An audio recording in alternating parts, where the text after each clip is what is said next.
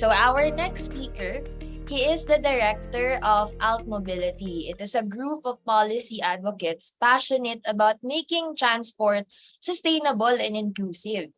He was the transport planner for Pasig Transport and was also in charge of public affairs on progressive transport policies of the city of Pasig. He has collaborated with other transport planners in developing and implementing programs that promote active mobility and sustainable public transportation. Isa na dito yung Bikenomics that is also supported by FNF Philippines, no? Kung napanood nyo sa news, actually na-feature yan. At syempre yung program ng libreng sakay ng mga LGU maintained transport system. So di ko na patagalin pa, our next speaker, no, si Ira Cruz. Hi, Ira. Hi, good evening everybody. Kumusta kayo lahat? Alam ko umuulan so lahat tayo stuck. And I think I'd like to pick up from that, no? Na konting ulan lang, hindi tayo makauwi. But this is no different from what happens kapag late naman at night. Wala tayong masakyan sasakyan. And that has a lot to do. And these are things that I'm sure alam na alam nila ngayon. Umulan, hindi makauwi. So pag-uusapan natin yan. Kung ano bang implication or sino may kasalanan or kung ano yung root cause yan. Pag-usapan na natin. Meron ba talagang tinatawag na transport system sa ating bansa? So let me just set this up. Pinractice ko itong mag-share screen kanina. I hope it works. Okay, great. Sige. So, hello, my name is Ira Cruz. I am one of the directors of AltMobility PH. Kami ay isang group ng mga volunteers. Essentially, volunteers kami lahat, mga transport planners, transport practitioners, and volunteers from many sectors. At ang gusto lang namin gawin ay maging maganda yung ating mobilidad sa buong Pilipinas. Okay. So next, I would like to talk to you tonight about three main things. Yung una, yung estado ng mobilidad sa ating bansa. Pangalawa, usapan natin yung tinatawag naming Commuter Bill of Rights. Ito yung Magna Carta of Commuters na final namin noong 2019, right before the pandemic. Siyempre, I don't want to leave you tonight down and depressed. Usap tayo ng mga ways of moving forward. Okay, so, but before anything else, I'd like to show you some familiar things. Ito yung picture ng mga bangko. These are intentional designs, mind you. So in my previous life, I was in marketing. And I'd like to tell you that these designs, when you enter mga retail stores, intentional yan lahat. And the idea, especially for profit organizations, ito ay for the experience to improve the experience of customers. Or in some cases also to influence. And in this case, this is a picture of a branch of HSBC where I used to work several decades ago. Kapag pumasok ka sa HSBC, ang una mo makikita, mga ATM machines, deposit machines, puro makina yan. Tapos ang susunod, yung mga online banking, mga laptops, computers, and all that. Tapos yung teller, o yung teller ba tawag doon? Yung teller, tawag namin teller, hindi mo yan makikita up until napakalalim na ng up until nasa pinakaloob-loob ka na. And that is a very conscious design. Kasi ang ginagawa ng HSBC, ipinapresent mo na yung mga self-service machines. Kasi mas efficient siyang gamitin sa mga transaction. And if you compare that, say for example, to local banks, pagpasok mo, ang unang makikita yung cashier o yung teller. Tapos saksakan ng haba ng pila. Kasi wala tayong mapagpilian na ibang option para mag-deposit o kaya mag-inquire ng pera. So that's an example. That's number one. Number two, this is Starbucks. I can imagine that a lot of you have been to Starbucks. At kapag pumasa ka sa Starbucks, manonotice mo kapag ikaw ay pumipila, especially pag mahaba yung pila, pinapaikot nila yan. At habang naghihintay ka sa pila, madadaanan mo yung mga tindahan ng yung mga naka-display na tumbler. At syempre, kahit 10 na yung Starbucks tumbler mo, bibili ka ng isa pa kasi ang ganda tingnan. And again, it influences your behavior kasi habang nag-aantay ka, tinititigan ka rin nung tumbler, no? At kapareho rin yan nung grocery. Habang ikaw ay nakapila, tinititigan ka ng mga juicy fruit, mga bubble gum, battery, toothpaste, toothbrush, that encourages you or at least tries to influence you to buy these little things na maliit lang naman, mura lang, pero it adds up. Pero compare, and this also applies to our transportation options. I-compare natin siya dito sa retail experience na pinoprovide ng Department of Transportation natin. And this is where so while design influences behavior, infrastructure in the same way also influences our behavior. And more importantly, it also influences our preferences. Ito yung binabanggit kanina ni Raymond na dito tayo ngayon mamimili ano bang klaseng mode of transportation yung gugustuhin natin. So now, when you see scenarios like this, they influence na hindi lang yung behavior natin, ito yung preference and yung ano yung ino-consider nating superior. At syempre, ang mas gusto natin, yung superior, di ba? And therefore, we aspire for it.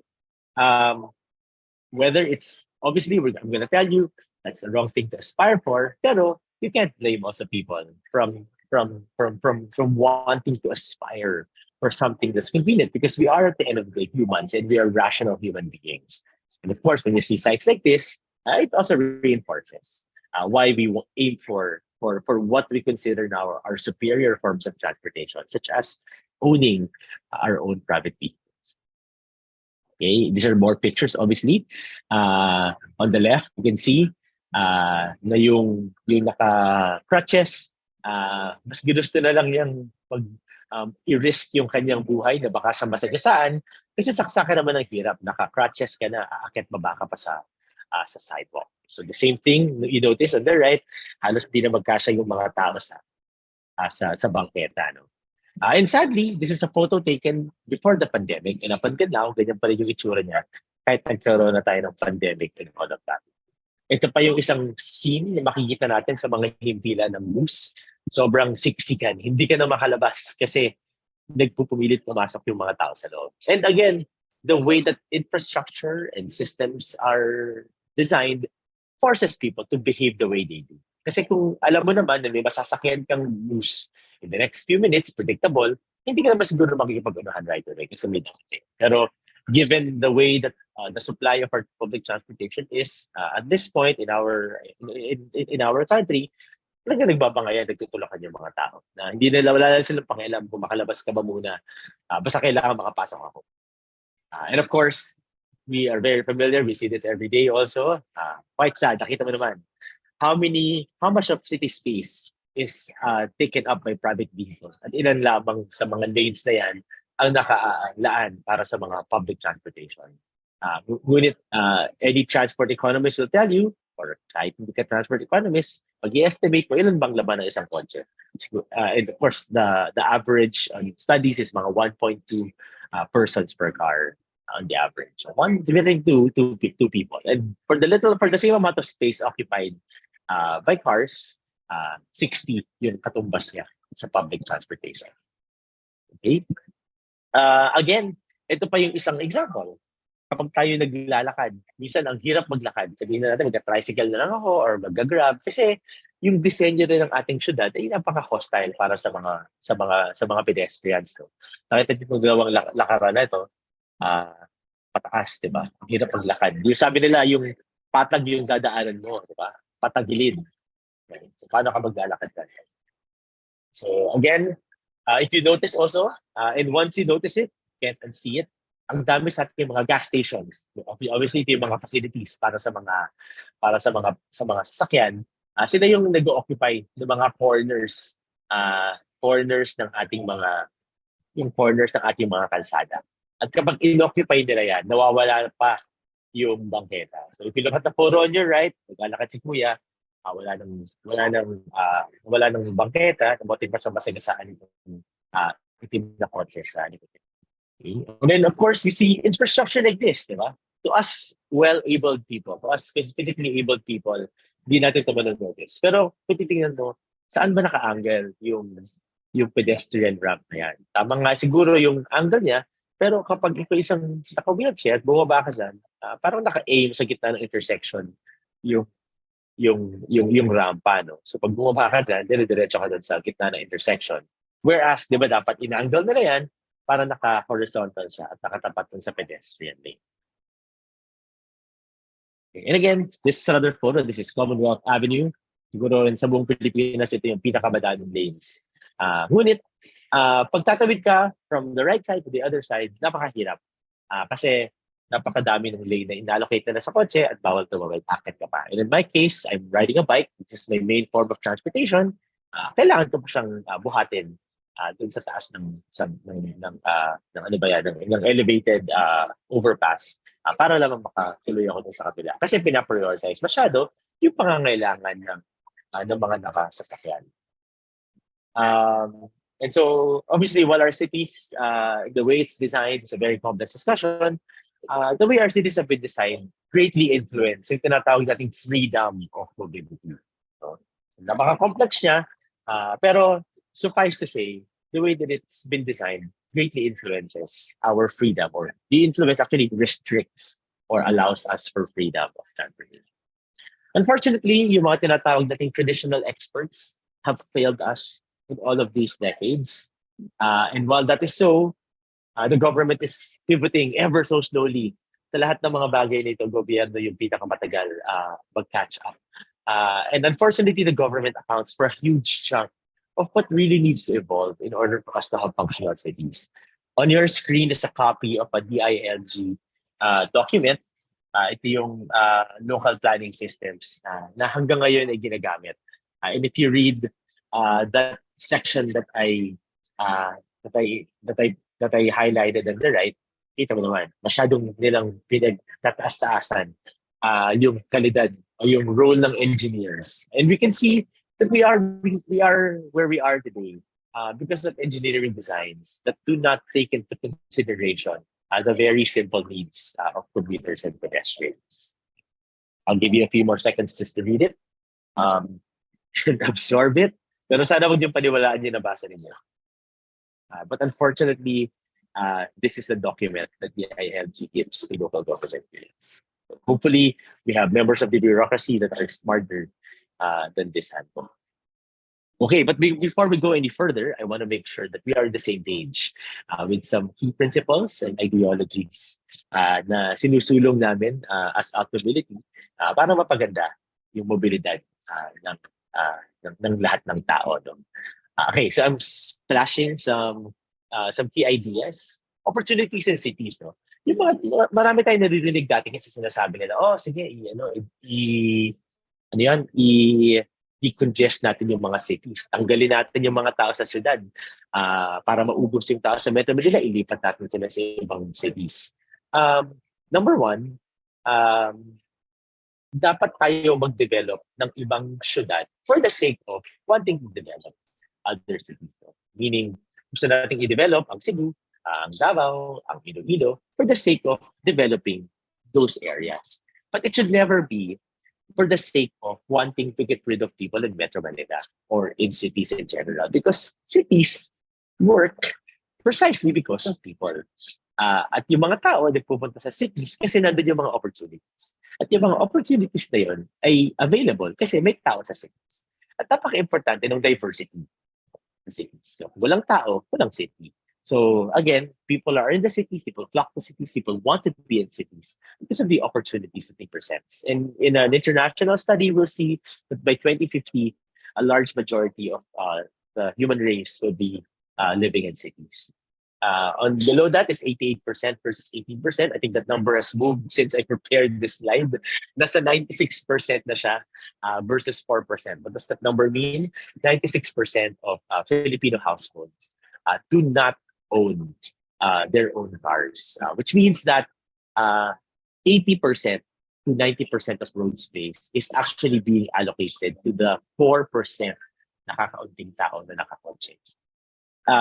Next, focus on improving mobility. Madalas nadidinig natin, ang traffic. Paano ba isosolve yung traffic? Pero mali yan actually.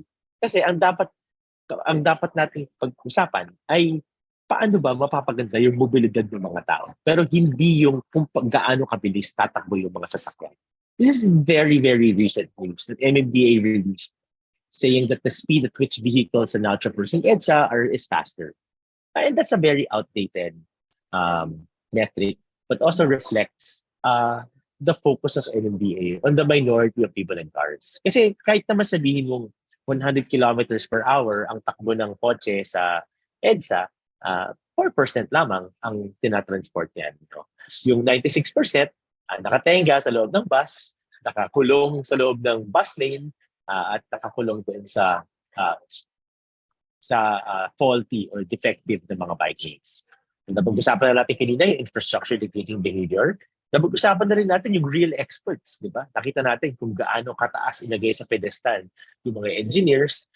Ngunit nalalaman ba nila yung pinagdadaanan ng mga tao sa pang-araw-araw na buhay para makapasok lamang sa trabaho? Last one, yung second na last, yung reducing car dependence.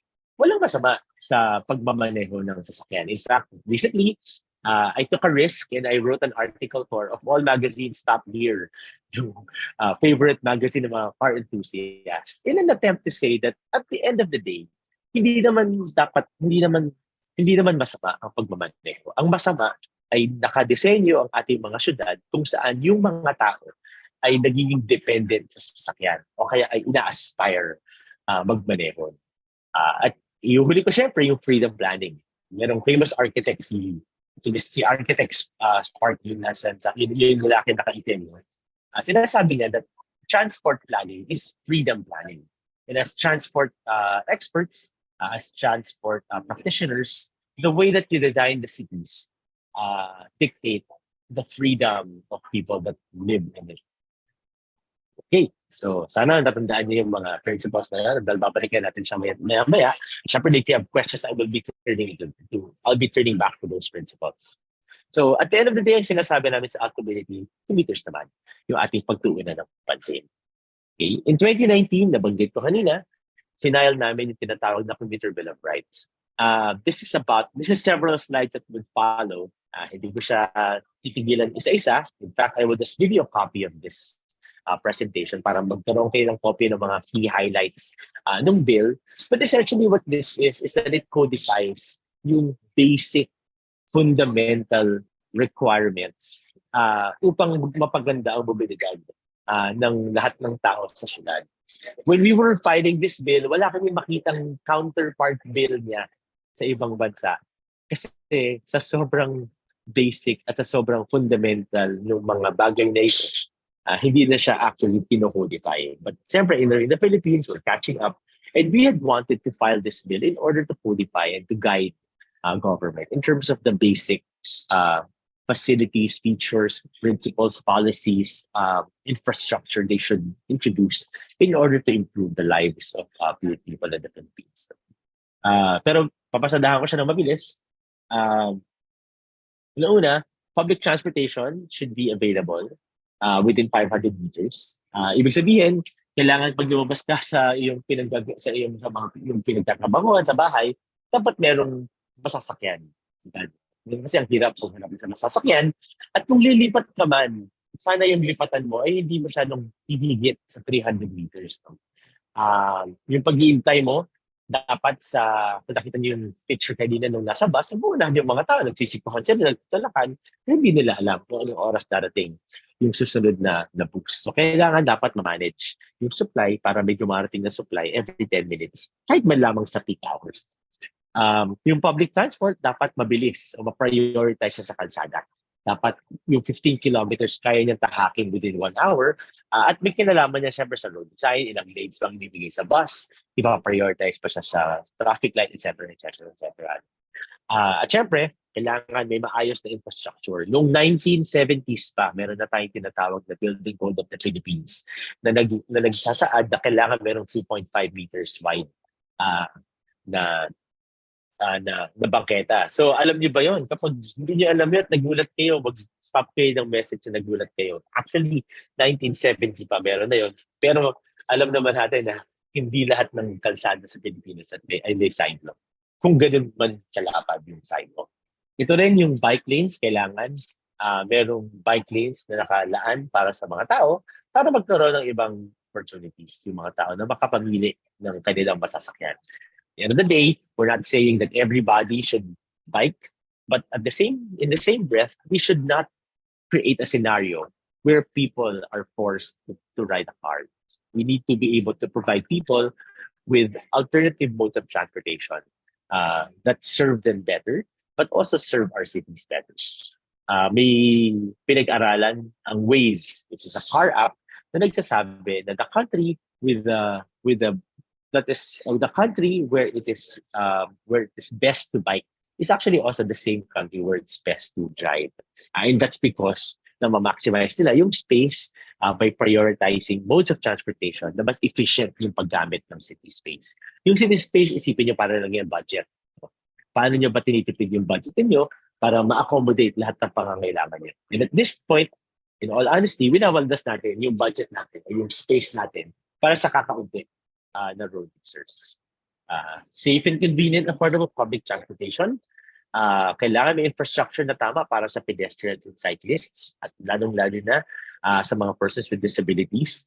In fact, dapat itong ma-extend na yung infrastructure ay gender-sensitive also.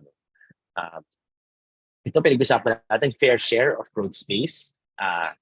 In this one, of course, si Raymond talked about the importance of managing this in order for us to breathe cleaner air. At dapat meron ding information. If you notice, kapag ikaw ay nasa bagong lugar, itatanong ka, paano bang sumakay dito? Magkano ba yung pamasahe? Saan ba ako sasakay? At napakahirap kunin at gahagilapin yung information na yan. So dapat yan ay available kung saan man tayo magpunta. At in cases where masira yung ating sinasakyan, kailangan merong appropriate na action, no? Kasi nangyayari ngayon kapag nasira yung MRT, LRT, iiwanan ka na lang, bahala ka na. Pero dapat merong facility na tinatawag na redundant service na kung nasira man yung LRT or MRT, hindi ka lamang nila iiwanan sa roadside, ano? Dapat merong sasagot sa'yo. In other countries, may tinatawag na redundant bus service o kaya emergency bus service. Nasisiguraduhin na ikaw ay makakapagpatuloy pa rin sa iyong pupuntahan. Okay, representation and participation. I'll skip this. We will talk about it. I'll talk about this a little bit more in the next few slides. But essentially, what's important here is that there has to be a creation of an Office of Commuter Affairs kung saan makakadulong ang mga tao sa kanilang mga pangangailangan. Kung napapansin niyo sa mga UV Express, may telephone number yung LTFRB, pero kung nasubukan nyo ng tawagan yun o kaya i-text, alam natin walang sumasagot yun. But also the creation of an Office of Commuter Affairs also makes sure that whenever government creates policies, the needs of commuters are taken into consideration. So they will be the representative of the commuters in all of government functions. Okay? So let me leave you with some five really quick things that's very important for us to consider as we plan for better cities. One, public conversation. Napaka dalang ng opportunity na tayo kinakausap at tinatanong ng ating mga government at government leaders kung ano yung kailangan natin o ano yung feedback natin sa kanilang serbisyo, no? If we go back to my example, HSBC, Starbucks, they design their stores in such a way na mataas yung customer satisfaction. At nung natatandaan nyo, sa Starbucks minsan, nagsasurvey pa sila kung kamusta yung kanilang serbisyo. At kapag ikaw ay nakasagot dito, bibigyan ka pa nila ng free drink. The same should happen in government. We should think of government as a product na as consumers, nakakapagreklamo tayo. Pero how often are we presented with this opportunity? When I was in Pasig, nag-organize kami ng isang public consultation. But what I would like to point out is different about this public consultation is that number one, if you notice, wala siya sa City Hall. Siya'y nasa kalsada. Kung saan kami yung nag-adjust, nilapit namin kung naasan yung mga taong kailangan namin kausapin para hindi na sila mahirapan pumunta sa City Hall. And number two, this was done during Sunday. Kung saan alam namin na may oras yung mga tao na umattend. Hindi ito ginagawa ng oras ng trabaho at hindi ito ginagawa sa araw ng trabaho kung saan walang makakapunta. So ginawa namin ito kasi gusto namin makapunta sila at marinig talaga yung kanilang pangangailangan. Okay? Madalas natin narinig smart city, yung mga may cameras, may mga high-tech screens, ganyan, diba? But really, at the end of the day, what we really have to remember is that it's not about the technology or it's not about the sparkly gadgets that we have, But at the end of the day, it has to those are just tools. And at the end of the day, ang pinaka-importanting metric para malaman kung smart ba ang iyong syudad, ay gumanda ba ang kalidad ng buhay ng iyong mga citizens. Okay? Now, number 2, it's all about information. Mahirap mag-disenyo, mahirap mag-design kung hindi natin alam ang environment na pinag-operationalize natin. Wala tong pinagkaiba sa science experiments natin, di ba? Sa high school, meron tayong declaration of problem. Ano yung list of data that we know. So pareho din dapat dito. At kailangan mo collect tayo ng data. At nabanggit ito kanina ni Rosel, nasa pagkikipagtulungan namin sa AltMobility, gumawa sa FNF, gumawa kami ng study na tinatawag namin bikenomics.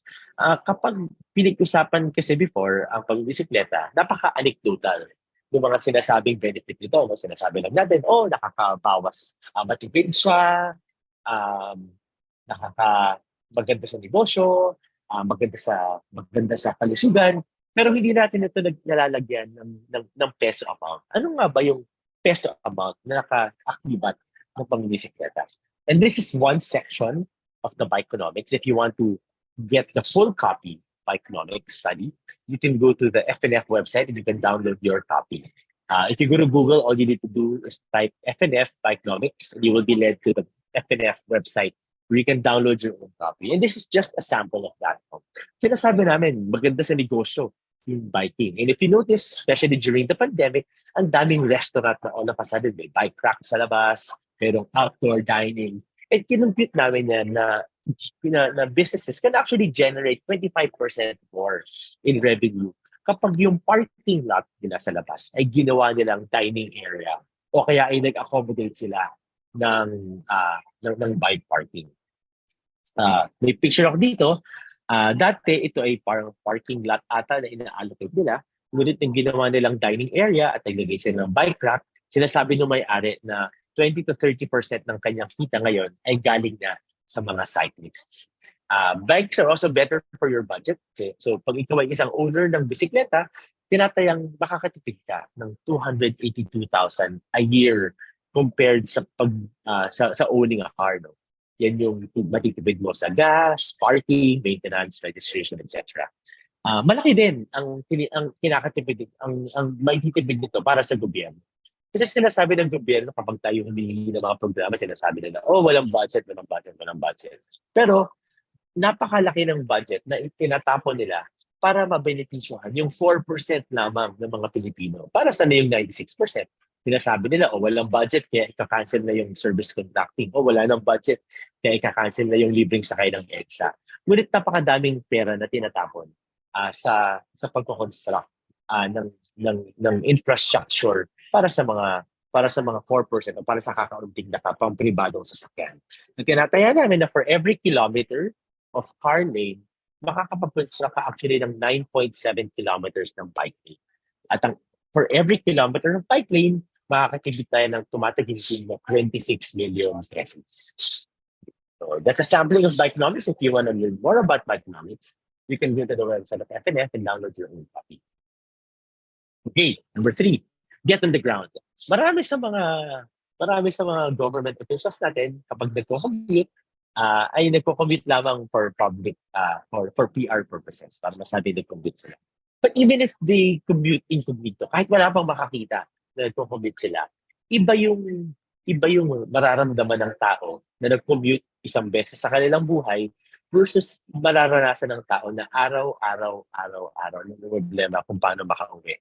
Just like tonight, na umuulan, lahat tayo stuck kasi wala tayong masasakyan, baha, biglang nauubusan, o kaya in this case, baka mabaha tayo or maulan na mabasa o madisgrasya. So, napaka-importante for them to get on the ground and understand. And I will show you an example na MMDA refuses to allow crossing sa busway. No? Kaya nangyayari, nahihirapan tayong sumakay ng busway. At ito yung experience natin na hindi nila nakikita. This video was taken from the SM Mega Mall station of the EDSA busway. Kung saan nung bumaba ako, tanaw ko na yung SM na pwede sanang tumawid na ako ng 30 meters. Pero hindi, pinaikot pa ako. At ito yung experience ko. di ba? Akit ka, lalakad ka sa concourse level ng MRT, lalabas ka, bababa ka, iikot, tatawid sa kabila, tapos bababa ka, tapos pakibagsiksikan, siksikan ulit, lalakad ng malayo, may basa pa, yan, may baha pa, para makarating ka lang dun sa pupuntahan. So that's about 300% more effort on your part. Tapos ito rin yung masaklap na for a lot of people, ito yung hindi na-experience ng government. Makikita natin sa video na to, ang isang experience ng mga tao na nagko-commit araw-araw. So, it's another working day for me, kaya samahan niyo ako pumunta ng BGC. Ayan, around 5:15 AM na ako nakasakay ng bus and usually 1 hour and 30 minutes lang naman yung biyahe ko. So on video, First time kong magko-commute papuntang BGC area, especially sa new building ng JP Morgan. Kaya the day before ako mag-on-site, nag-decide ako na mag-commute muna para matansya ko yung magiging estimated time of arrival ko the next day. Ano na mga te, Lunes ng umaga, samahan niyo ako mag-commute, punta tayong BGC. 3:00 ng umaga kailangan nakaalis na ako ng bahay kasi kailangan bago mag 5:00, nasa Alabang na ako. Wala talaga akong pasok today pero need ko lang pumunta ng office para patingnan yung laptop ko. Kailangan bago mag 5:00 nasa Alabang na ako kasi 5 AM yung first trip ng shuttle papuntang office. Medyo buwis buhay kasi wala pang masyadong tao sa daan tas ang dilim ng nilalakaran ko dito sa Alabang. Sa festival mall ako nag-aabang ng shuttle. And as you can see, ayan, parang halos ako lang yung tao. Wok-wok ang bakla. Medyo maaga nakarating yung jeep sa Alabang. Pasado 4:00. So medyo mahaba-haba pa yung hintayin ko. and then you've got these things that feel like they own the road just because they've got. Wow! How disrespectful! Okay, so yan yung videos ng mga nagko-commute na nakuha ko. Actually on TikTok. And it reinforces yung parang sinasabi ni Pearl kanina na parang hindi na na-realize ng mga tao na issue at problema yung pagko-commute, no? Kasi parang naging entertainment na lang para sa kanila or for them, kino-consider na nila itong normal. But if you can see the experience ng mga tao, nag-experiment pa sila ng trial run, di ba? Kung paano bumasa sa trabaho para ma-estimate nila kung ano yung time of arrival. Kasi hindi siya predictable, walang schedule, at hindi natin alam kung anong mode of transportation. Yung isa naman, kung pupunta lang siya ng BGC para magdala ng laptop, kailangan pa niyang umalis ng 3 a.m. Imagine, alis ka ng 3 a.m. At kailangan mo makarating sa Alabang ng 5 a.m. And in this case, dumating siya sa Alabang, ahead of schedule pa, so nag-intay pa siya ng masyadong matagal. So, this is also related to what Raymond mentioned earlier about how our cities are designed na napakalayo ng mga tao. For people that work in BGC, they can't afford to live near BGC, which means that they need to travel pa and take public transportation. Kasi, obviously, this is another topic kasi urban planning at housing is not done properly. And if you notice the video of the second to the last video, yung naglalakad, buwis-buhay yung kanyang description kasi yung ating sidewalks, madilim, walang proper facilities, walang security, and yung nagbabike, which is actually me, inattempt pa akong sagasaan. At dyan ay sa BGC na. Just imagine, if this is happening in BGC, what more in areas that are not as prominent as BGC? So, yeah. Okay, now, it's very important for me to point out na napakaraming initiatives na ginagawa in a local scenario that I think are very exciting for all of us. In Pasig, for instance, there's a group of volunteers. Obviously, this is also a project that we did together with FNF na namigay kami ng free bike lessons. No? And surprisingly, almost 99% of the people that participate in the free bike lessons are adults na nahihiya pa kasi natatakot sila, akala nila puro bata. And yet 99% of the people that joined this almost 1-year project that we did every month, 99% of the people participating are adults. And when we talk to them, it's because they want to be able to explore a new form of transportation that is not as expensive, that is more predictable, and something that they can really rely on to bring them around for work, for leisure, or even for school. That's a local initiative of Pasig. This one is in Poblacion, where a local bike shop decided to just do pop-ups. And as you can see, a lot of bikers came and occupied the street, which actually gave later on an idea that became a street festival. That led to an idea of a larger idea of creating a street festival in Poblacion called San Piro, which happened about a few months after they realized that events such as this that bring communities together, that take over the street, um, is actually great for the community. And this benefited not only the bikers that visited, but also all of the endemic businesses in Poblacion that have been there for decades because of discoverability. Now they receive a regular or an additional set like customers. Ayan. So pati yung sari-sari store sa gilid, nagkaroon ng customers, residents na initially medyo unsure doon sa idea, bigla silang lumalabas, nilalakad nila yung asa nila, nilalakad nila yung mga anak nila para ma-enjoy yung kalsada. Yan. At ito yung examples ng group picture nila. But lastly, while I mentioned in the beginning that national government takes a long, long time to pivot and understand its role and how it can better serve the people, the local governments is really a ray of hope. Kasi napakalapit nila sa kanilang constituents, and because of the level of autonomy given to local governments, they can in fact enforce or implement projects immediately.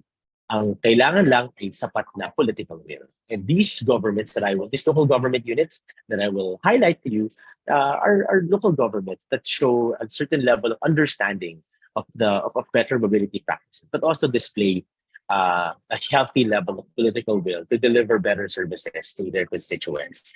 Of course, Pasig, where I come from, for several decades now, we've been having people's streets where we convert or we give back thoroughfares in Pasig back to people for them to enjoy. The photo of these two kids, in-interview ko yung tatay nila, sinasabi nila, first time, nung dalawang bata na ito, makapamisikleta sa labas ng kanilang bahay.